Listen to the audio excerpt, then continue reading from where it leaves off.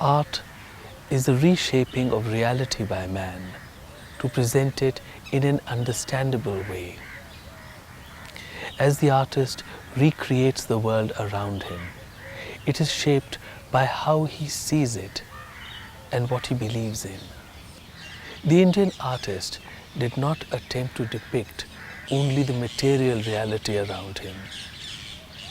He wished to share the complete experience of the moment, not just the photographic presentation of the shapes around him. Beauty for the Indian artist has been a reflection of the glory of God.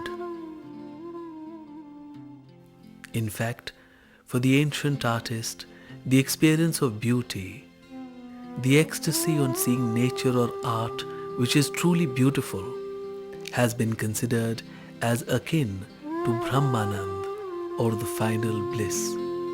Join us on this journey into the heart of the Indian tradition of painting. Come with us to the gorge of the Vaghora river, where Ajanta was created, to the courts of the Mughals and the Deccani Sultans. Journey with us through the deserts of Rajasthan and the icy lands of Ladakh and Lahaul Spiti. In the verdant south and in the gentle hills of the north, experience the compassionate view of life that is enshrined in Indian painting.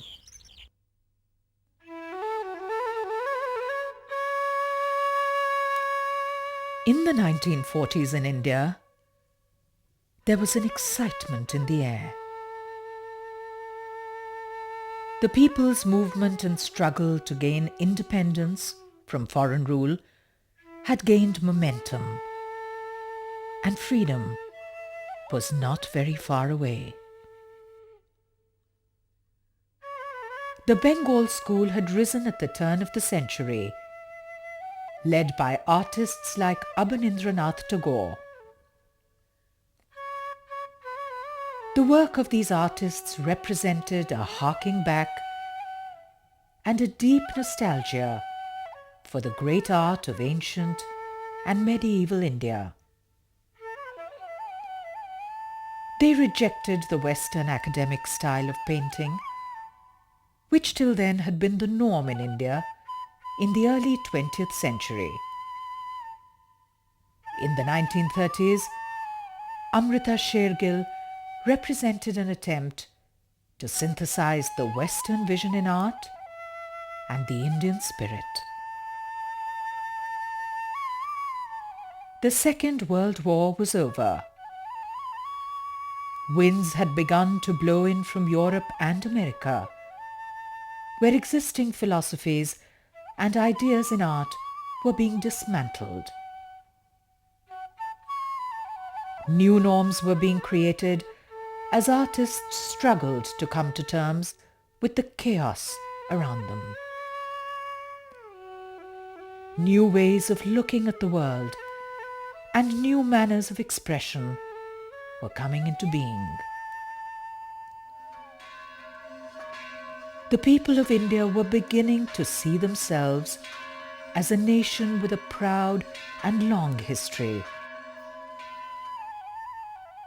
Indian artists were also groping and rediscovering their roots in the soil of their ancient traditions. Traditions which had been severed over a period of 200 years. So in a sense, there was a social contract among patrons, artists and viewers. And this social contract of understanding, if you like, has broken down. And I think that it's the consequences of this breakdown that really inform Indian art from 1947 to the present.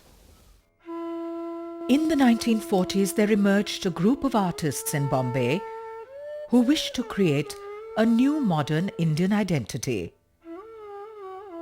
One that was based neither on a sentimental looking back to the past, as the Bengal school had done, nor on the following of Western traditions. Artists in India became conscious of the vast new vistas which were being explored in the modern world. The academic style of painting which had been taught in the art schools in Indian cities, and the reaction against this of the Bengal revivalists no longer satisfied the creative urges of Indian painters. They wished to express themselves in a way that was individual, independent and truly modern, yet deeply rooted in the long traditions of their own past. The progressive artist group was established, which has been given a lot of attention and critical acclaim. And the 6 founding members, there were 3 founding members, and each of them brought one friend. Souza brought Hussain, Raza brought Gade, and Ara brought Bakre. And the 6 of them essentially sort of tried to break out from the established orthodoxies prevailing in Bombay at the time. It started with the independence and the freedom movement. There was a completely new world. As Raza had said, when he was talking about that period of 47, 48 and the founding of the Bombay Progressives, he talked about the fact, he put it, we could move mountains. We were in the process of becoming ourselves. Both the Calcutta Group 43 and the progressive artists are important because they ushered in modernism. This is around the 40s when international modernism itself was being mediated to them through the emigres, the war emigres, and then there were books and prints that were coming into the country, as well as their own encounters with artists in the West.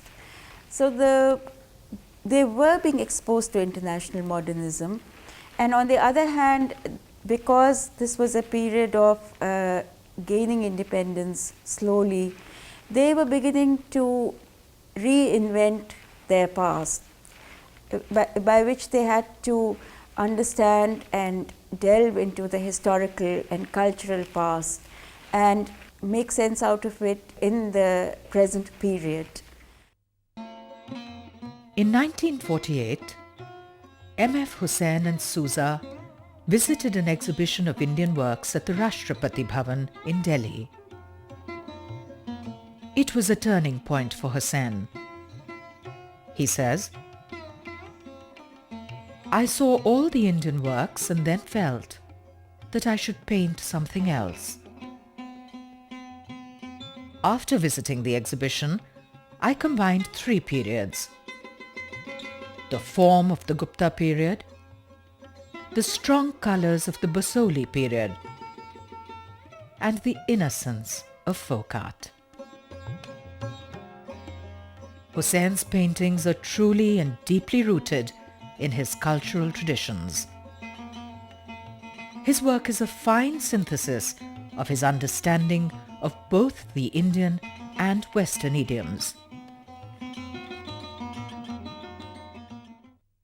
Hussain, obviously a legend, a man who has an energy which is unmatched by most artists, and his style becomes something which is easily recognizable by anyone, and that's the hallmark always of a great artist. Raza, Gade, both brilliant colorists. Raza sustaining the journey far deeper, evolving different idioms, different styles over the last 40 years. Bakre probably got the least attention out of the 6. Ara, a self-taught artist. So each of them represented different styles, different ways by which they imbibe the Indian traditional art. They expose themselves and share the Western academic schools, especially the influence of Paris.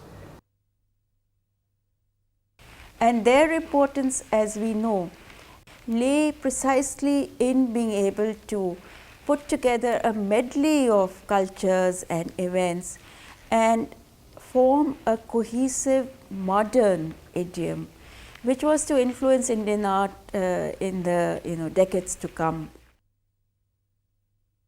Hussain needs no introduction, of course, but as much as one admires his vitality, his energy, his capacity to invent and reinvent art, he would be important also because he was thinking historically about art. He was thinking about the direction it had to take, the way in which it could become Indian as well as international. And in those early years, in the 40s and early 50s, he was making some of his most significant paintings. Francis Newton Sousa, who was a student at the J.J. School of Arts in Bombay, was born in Goa. He was intensely idealistic and was expelled from art school in 1945 for demonstrating against the British government. And Sousa, who wrote the manifesto for the progressives, actually mentions there is no way of making an aged art young again. It must be born anew and grow up from infancy as a new thing, working out its own salvation from effort in all fear and trembling.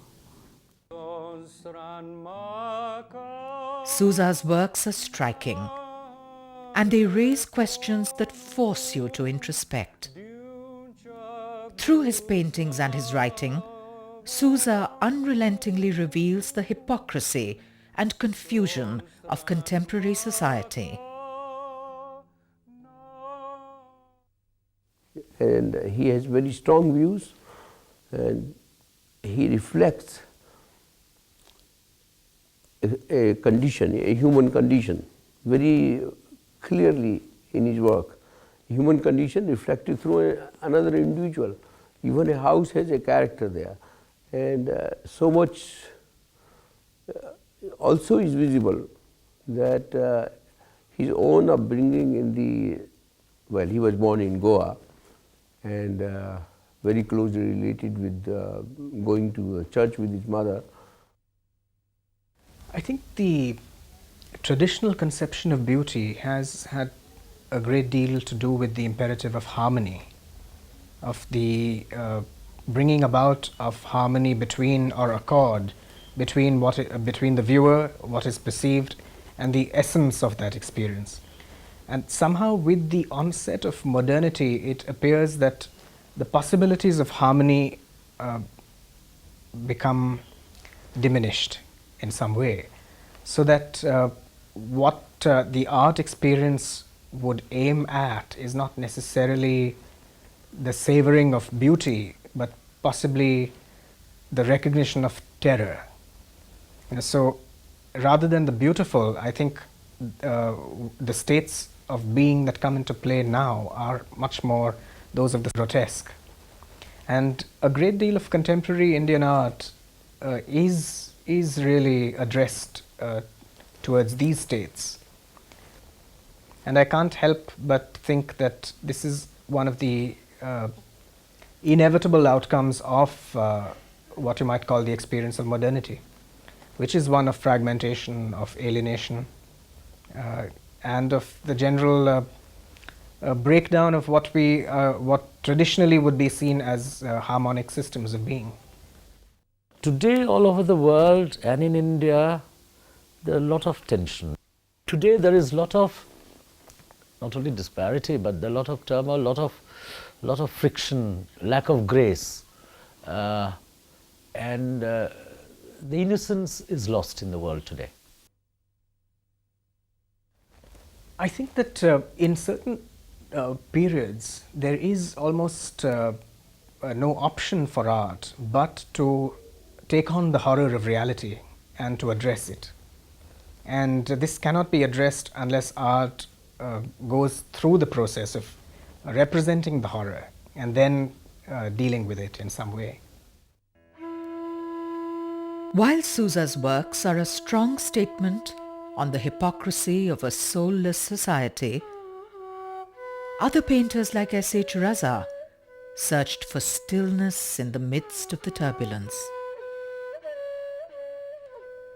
In 1948, Raza passed out from the JJ School of Arts, and 2 years later, he left for France to study at the famed École des Beaux-Arts in Paris. Since then, he has continued to live and work in France.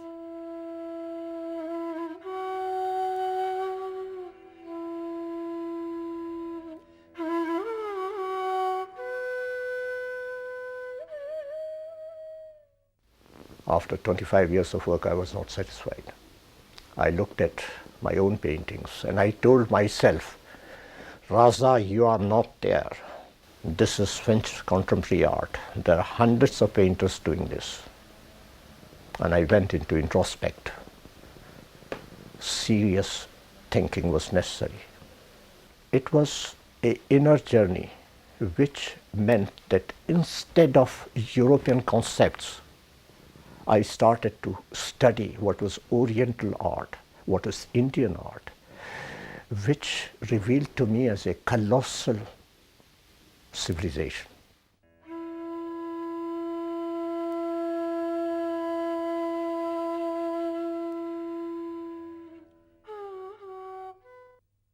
Then the next major kind of institutional event, which then led to a major art school, was in Baroda, the setting up of the MS University in Baroda, which brought together 3-4 of the finest artistic minds, from N.S. Bendre to K.G. SUBRAMANYAM to Shankar Chaudhary, along with the pioneers of the university, Hansa Mehta and Markand Bhatt.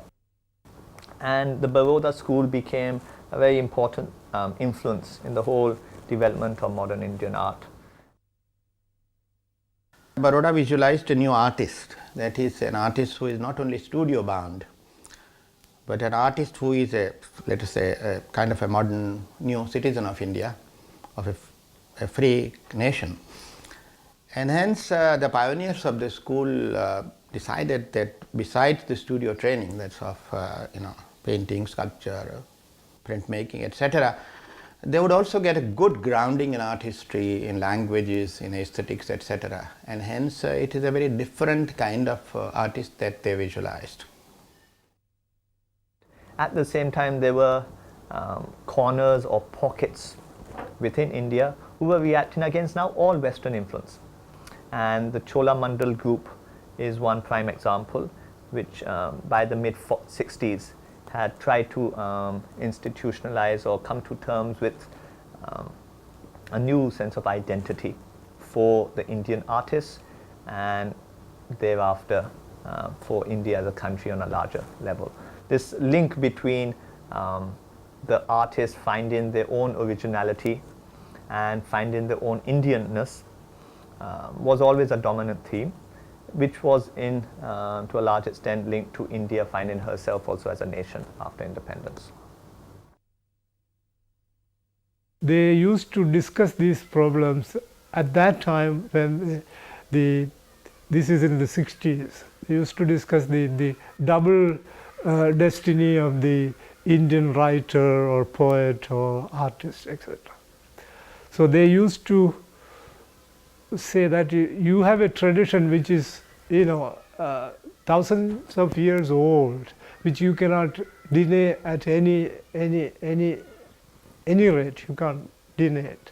But you are living in a world which is modern, and you have all these influences coming from all over.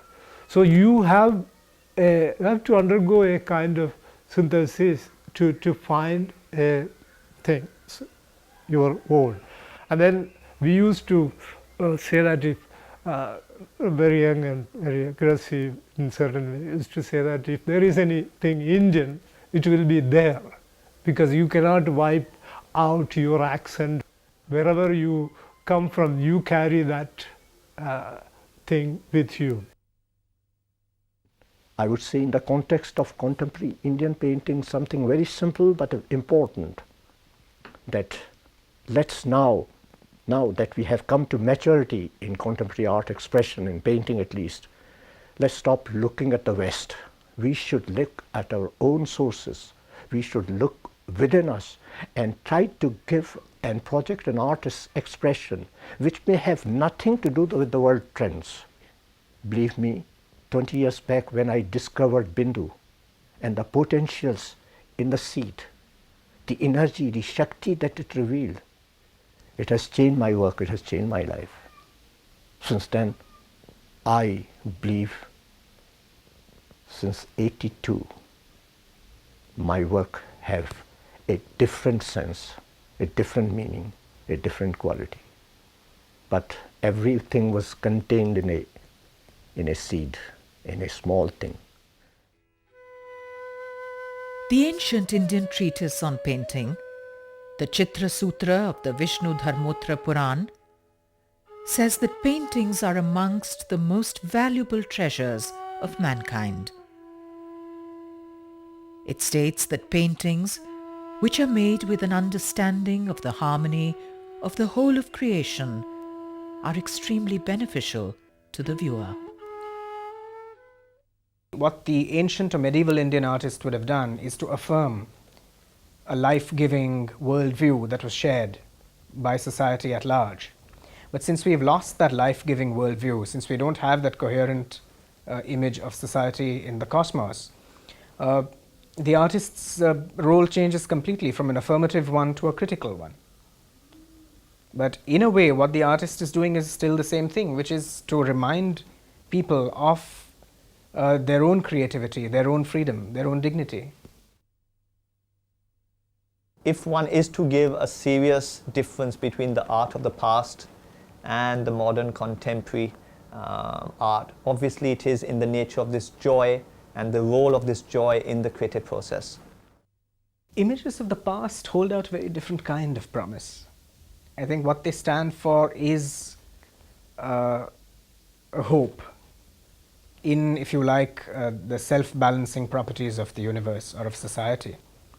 But when you live in a society that now no longer has this kind of image of coherence, then it's very difficult for art that is produced in that society to offer such images. The artist today searches for a universal expression, one which would be understood across the boundaries of nations and cultures. So universal is the external observer who is seeing in them. So people talk about universal language, art has a universal language. But then as far as the practitioner goes, there is no universal language, it's a personal language.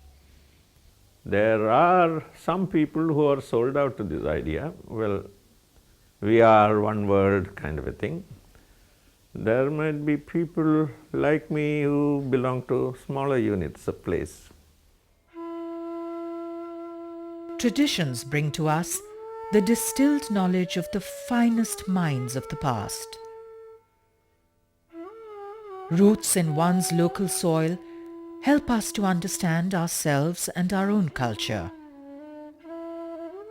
It is from this understanding that the artist can hope to have a meaningful expression which is relevant for mankind.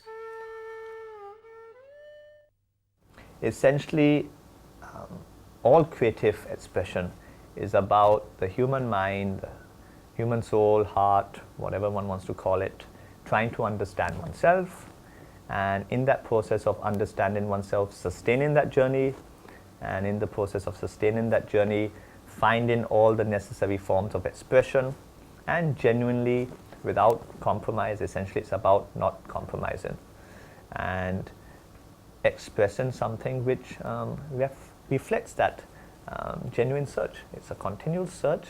But then every kind of art, from where it emerges, I mean, it's like a plant which starts from the soil and it grows towards the sky. It is trying to exceed itself.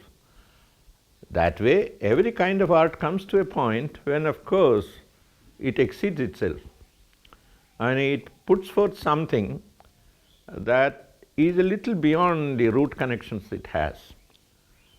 That is true with all literature. That is why art and literature from all over the world are reacted to people from other parts of the world quite readily. There cannot be no art worth the name unless these root connections are intact.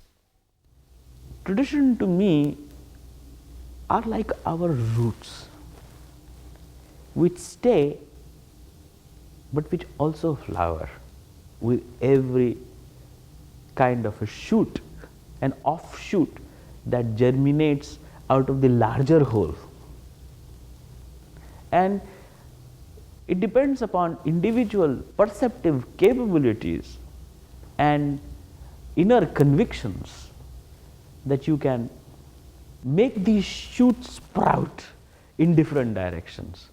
So it needn't be that the understanding of tradition is about only replicating what tradition has tried to present itself as, but they can be like takeoff points, which give you an access to another genre of the flight of your imagination. I thought the artist is a man who attributes his own, heart and soul into an object. So the entire process of work of art is actually you first stand on a plane of reality and then you take a step into unknown. Painting, like any creative form, is a universal expression of one's understanding of one's life, one's obligation to oneself. To say, create something great, create something which will not just serve your own personal journey, but will make the lives of every Indian more fulfilling, whether it's aesthetically or materially. So unless that collective energy is added to that individual will, you will never create something which changes mindsets, attitudes. The practice of art is an extension of your way of seeing or your way of visualizing things. So that is compulsive, that comes from within you. It is something that you cannot live without. The message of my work is my life, because I paint, so I live, I exist.